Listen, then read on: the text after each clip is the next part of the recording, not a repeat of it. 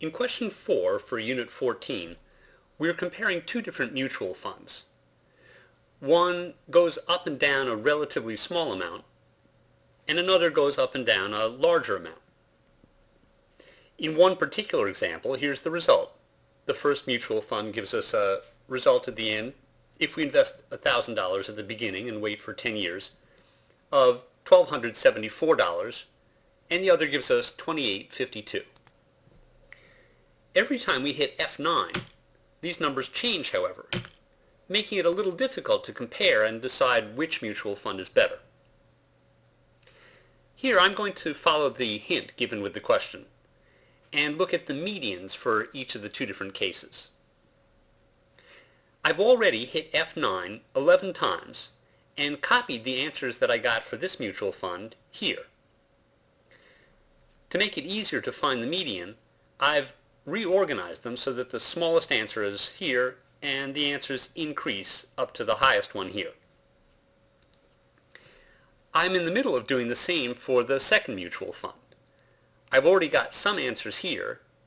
Here's the next one that I'd like to add. The easiest way to put this in the correct spot, which is right here, is to move the other ones out of the way. Here's how to do it, but notice that as I do, this number will change. I'll need to remember it, 73077.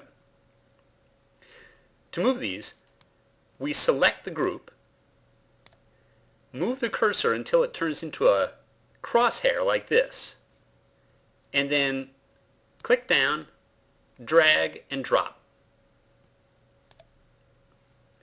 This leaves space for our 73077.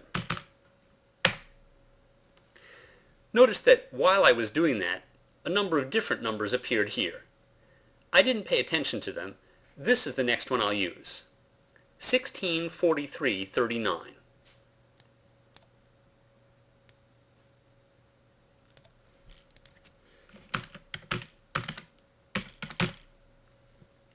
The next one is 265388.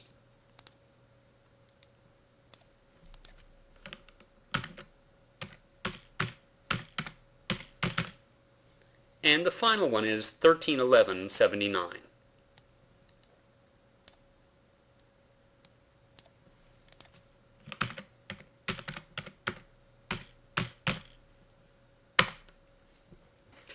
Now I have 11 answers in each case.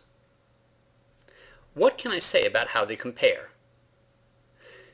In this case, the high answer is high and the low answer is low.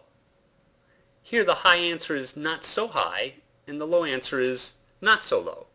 So we might say that this is a more risky choice than this one here. But generally speaking, typically, how do they perform? We can find that out by comparing the middle numbers. This number, 168530, is the one that's in the middle in the sense that 5 answers are smaller and 5 are bigger. The same is true for this answer here. So we can say that the typical answer, the median, is considerably higher for this fund than it is for this fund. But let's go one step further and also compare the averages. To get the average, we simply need to add up all the numbers and divide by 11. To add the numbers, we'll use our standard strategy of starting with 0 and adding on each new number as we come to it. Here's the first number, plus the second, plus all the others. And here's that total divided by 11. That gives us the average. For comparison, we'll look at the same procedure in the other case. Add on the first one, add on all the other ones, and divide by 11.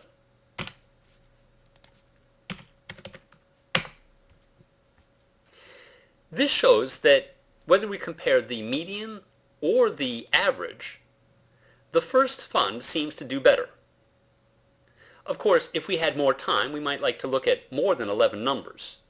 And as we mentioned earlier, we might like to look at a different investment strategy than $1,000 all at once for 10 years. But this gives us a good idea of the answer.